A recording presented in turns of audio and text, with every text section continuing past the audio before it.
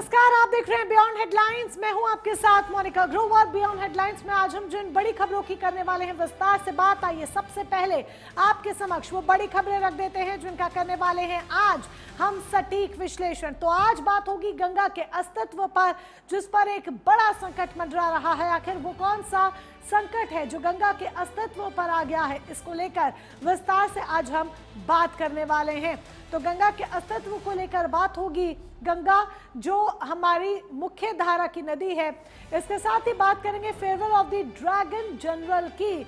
तमाम जानकारी आपके समक्ष इससे जुड़ी रखी जाएगी। आखिर क्या कुछ हुआ, ये सारी जानकारी हम आपके समक्ष रखने वाले हैं।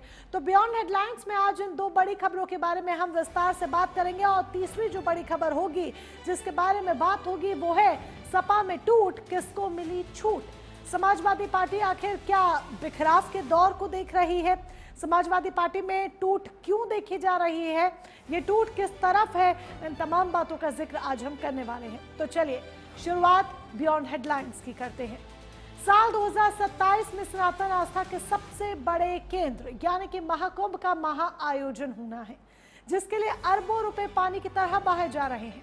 लेकिन आज प्राइम न्यूज दावों की उस चमकती परत को उखाड़ने जा रहा है जिसके पीछे एक बेहद कड़वी और बदबूदार हकीकत छिपी है।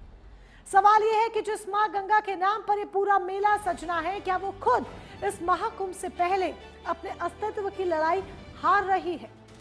ऋषिकेश में करोड़ों की लागत से बने हाईटेक प्लांट से लेकर चंद्रभागा नदी तक हर जगह सिर्फ प्रशासनिक नाकामी और कागजी घोड़ों की हकीकत सामने आई। ऋषिकेश से हमारे संवाददाता महेंद्र प्रताप सिंह की विशेष और आंखें खोल देने वाली ग्राउंड रिपोर्ट देखिए।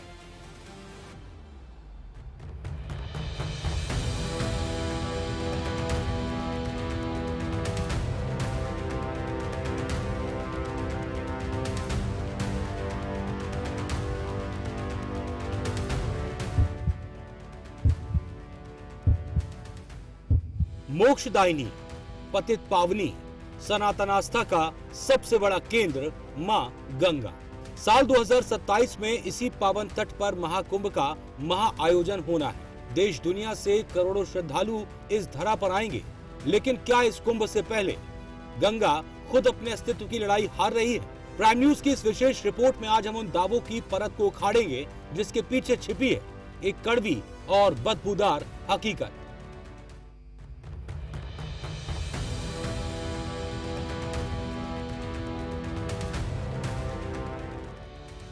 दावा नंबर 1, साल 2020 में मुनि की रेती सीमा पर करीब 70 करोड़ रुपए की भारी भरकम लागत से देश का पहला 4 मंजिला हाईटेक एसटीपी बनाया गया। आधुनिक एमबीबीआर तकनीक और दावा था कि हर दिन 75 लाख लीटर सीवेज का शोधन होगा। लेकिन जमीनी सच क्या है? स्थानीय सामाजिक कार्यकर्ताओं का सीधा आरोप है कि ये 70 करोड़ का प्लांट सिर्फ एक शो पीस बनकर रह गया है। शोधन के नाम पर औपचारिकता हो रही है और इस सीवर का जहरीला पानी आज भी रिस कर सीधे गंगा की लहरों में जहर घोल रहा है। इसे लेकर आम आदमी भी परेशान है। हम यही सोचते हैं सर कि ये सब जो भी इनके फाइलों तक ही सीमित है। बस इनके फाइलों में सब कुछ हो जाता है, लेकिन धरातल पे कुछ भी नहीं होता है। धरातल पे जो जैसी व्यवस्था है वैसी है। इनका बस फोटोबाजी होती है और कुछ भी नहीं होता। धरातल पे आप आज भी आके देख लो, निरीक्षण कर लो, वैसे का वैसा ही मिलेगा। लेकिन कागजों में ये इसको प्राकृतिक इसको बता देंगे, प्राकृतिक जल स्रोत बता देंगे, लेकिन धरातल पे तो कुछ और है। कहानी सिर्फ एक प्लांट की नहीं है।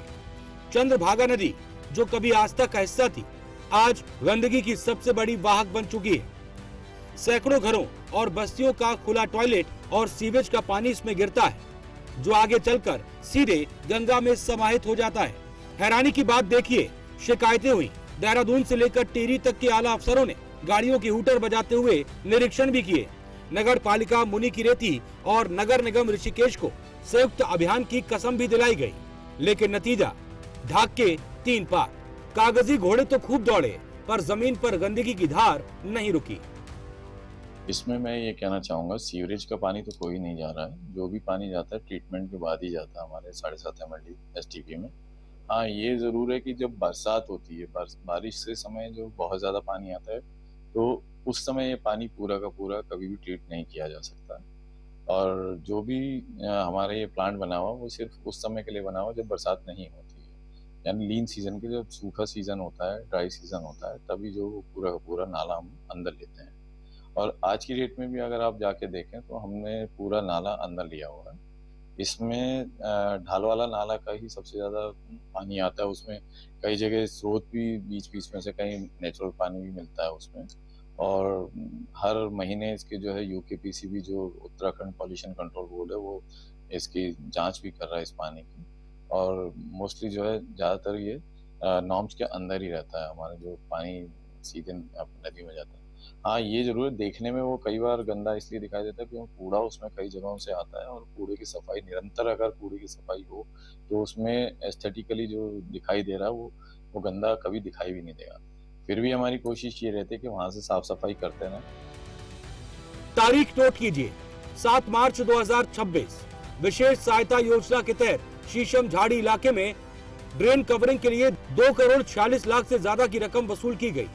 कागजों पर मोहर लगी, महीनों बीत गए, लेकिन धरातल पर एक ईंट तक नहीं हिली। और जब इस प्रशासनिक नाकामी पर चंद्रेश्वर नगर के सामाजिक कार्यकर्ता रघुनाथ झा जैसे लोग आवाज उठाते हैं, नमामि गंगे से लेकर मुख्यमंत्रियों तक गुहार लगाते हैं, तो उन्हें समाधान नहीं मिलता, बल्कि कानून व्यवस्था का खौफ दिखाकर उनका मुंह बंद करने की कोशिश की जाती है। सर, ये ढाल वाला से एक नाला आ रहा है जो ये नमामि गंगे प्लांट के जस्ट बगल में ही बह रहा है। और इससे क्या होता है, ये पानी अभी तो जब तक ये पानी बढ़ा रहता है, ये पानी लगातार गंगा जी में जाता है। और जो ये सिंचाई विभाग के लोग हैं, इन्होंने सीधे सीवर के कनेक्शन इस नाले में खोले हुए हैं। कई बार सीधे शिकायत करने के बावजूद भी सीधे सीवर का पानी गंगा जी में जाता रहता है। इसकी रोकथाम के लिए हमने ये 200 मीटर का पैच भी है जो खुला हुआ है, इनका 3 किलोमीटर के पैच में 200 मीटर पैच खुला हुआ है। उसकी हमने ढकने के लिए इनको एक सूचना भी दे रखी है, जिसका इन्होंने प्रपोजल भी पास करा हुआ है, पर वो स्वीकृति अभी तक नहीं हुई है। ऋषिकेश में सैकड़ों करोड़ों रुपए के प्रोजेक्ट पास हो रहे हैं, पर 2-2.5 करोड़ का प्रोजेक्ट पास इसलिए नहीं हो रहा है क्योंकि ये सीमांकन के रूप में देखा जाता है। ये नगर पालिका मुनिकीरेती और चंद्रेश्वर नगर, ऋषिकेश, देहरादून के अंदर ये सीमा के रूप में पाया जाता है ये नाला। तो इसलिए दोनों विभाग के किसी भी अधिकारी इसकी जिम्मेदारी नहीं लेना चाहते अपने ऊपर। सवाल है, क्या सिस्टम के लिए शिकायत दूर करने से ज्यादा आसान शिकायतकर्ता को दबाना है? कुंभ 2027 की उल्टी गिनती शुरू हो चुकी है।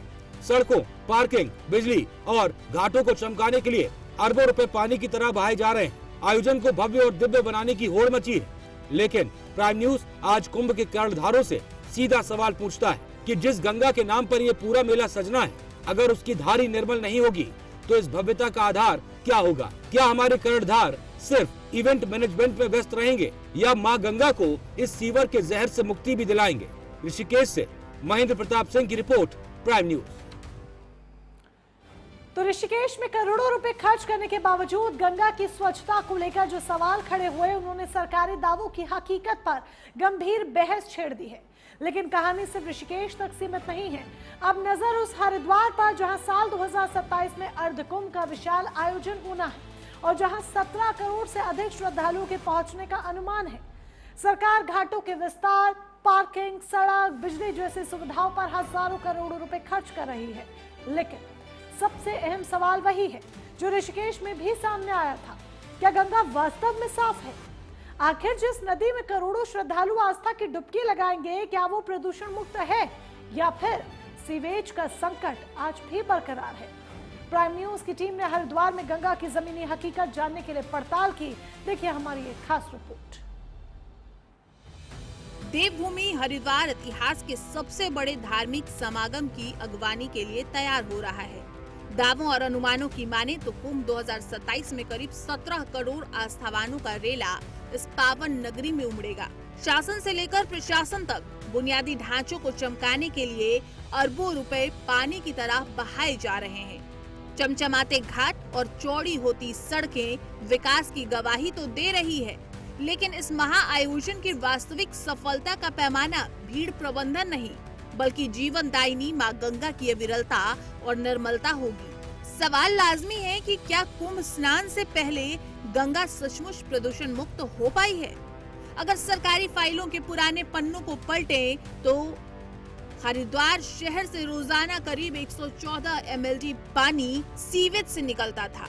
बेडम्बना देखिए, तब शहर में मौजूद 3 सीवेज ट्रीटमेंट प्लांट यानी कि एसटीपी महज 63 mld कचरे को ही साफ करने की हैसियत रखते थे। नतीजा, रोजाना करीब 51 mld अनुपचारित जहरीला पानी सीधे गंगा की धारा में जहर घोल रहा था। इसी महासंकट से उबरने के लिए केंद्र सरकार ने नमामि गंगे योजना के तहत जगजीतपुर और सराय में नए एसटीपी की नींव रखी।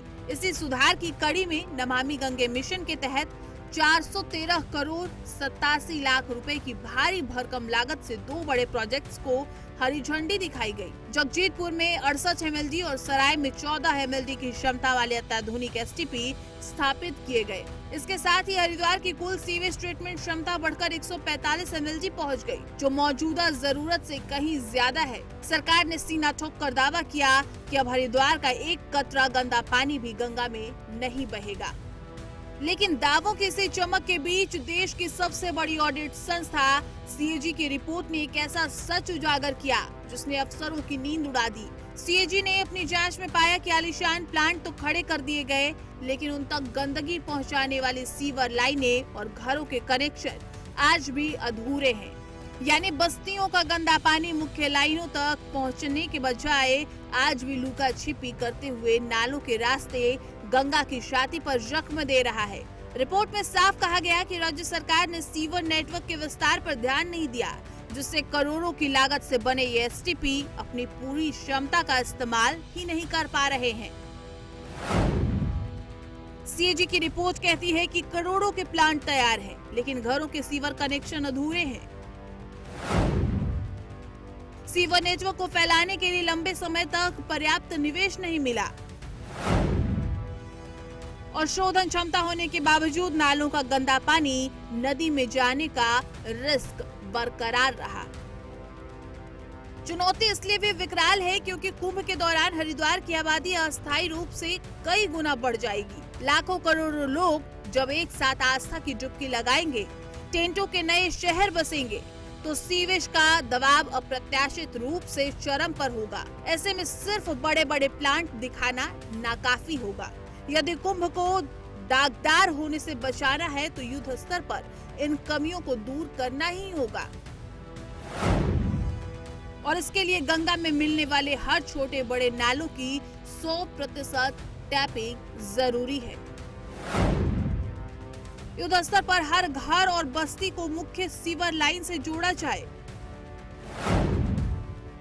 एसटीपी की वास्तविक कार्यक्षमता का किसी स्वतंत्र और निष्पक्ष संस्था से ऑडिट हो। कुंभ की अतिरिक्त भीड़ के लिए फ्लोटिंग या अस्थायी सीवेज मैनेजमेंट ब्लूप्रिंट बने। कैबिनेट की बैठक हुई जिसमें कुंभ कार्यों के लिए माननीय पुष्कर धामी जी के नेतृत्व में इस कुंभ को हम ऐतिहासिक करने की तैयारी में हैं और ये कुंभ अर्ध कुंभ नहीं पूर्ण कुंभ के रूप में हम मनाएंगे और ऐतिहासिक होगा और पूरे विश्व के लोग, पूरे भारतवर्ष के लोग वहाँ पर पहुँचेंगे। और आज इसमें हमने इससे पूर्व में भी जो मेला अधिकारी है उसको 1 करोड़ और कमिश्नर को 5 करोड़ तक की छूट दी थी। और आज हमने कुंभ के लिए जैसे भारत सरकार से 500 करोड़ हमको मिला था, तो आज कुंभ के लिए कैबिनेट की बैठक में प्रदेश सरकार की तरफ से भी 500 करोड़ कुछ लाख रुपए का बजट हमने रखा। हम चाहते हैं कि जितना पैसा केंद्र सरकार ने दिया उसी एवज में प्रदेश सरकार भी कुंभ मेले के लिए खर्च करेगी। तो 5 से 6 करोड़ 500 से 600 करोड़ रुपया प्रदेश सरकार की तरफ से खर्च करने का प्रावधान आज रखा गया है। निश्चित रूप से इस कुंभ मेले को हम ऐतिहासिक बनाने की तैयारी में हैं और ये अर्ध कुंभ नहीं पूर्ण कुंभ के रूप में इसको मनाया जाएगा। इसमें कोई दो राय नहीं है कि कुंभ 2027 के लिए हरिद्वार सज रहा है। वीआईपी घाट चमकेंगे, सड़कें चौड़ी होंगी, भव्य लाइटिंग होगी और इंफ्रास्ट्रक्चर की चकाचौंध श्रद्धालुओं को आकर्षित करेगी। लेकिन सनातन संस्कृति की आत्मा कहती है कि यदि करोड़ों की आस्था के केंद्र में बहने वाली गंगा में अनुपचारित सीवेज की एक बूंद भी टपकती है तो विकास के तमाम ऊंचे दावे बेमानी हो जाएंगे। कुंभ से ठीक पहले सरकार और शासन की असली परीक्षा सड़कों और पुलों की नहीं बल्कि गंगा की अविरल पवित्रता और स्वच्छता की है। चलिए इसी के साथ अब आगे बढ़ते हैं। दुनिया भर में लड़े जा रहे आज के युद्धों को जरा देखिए।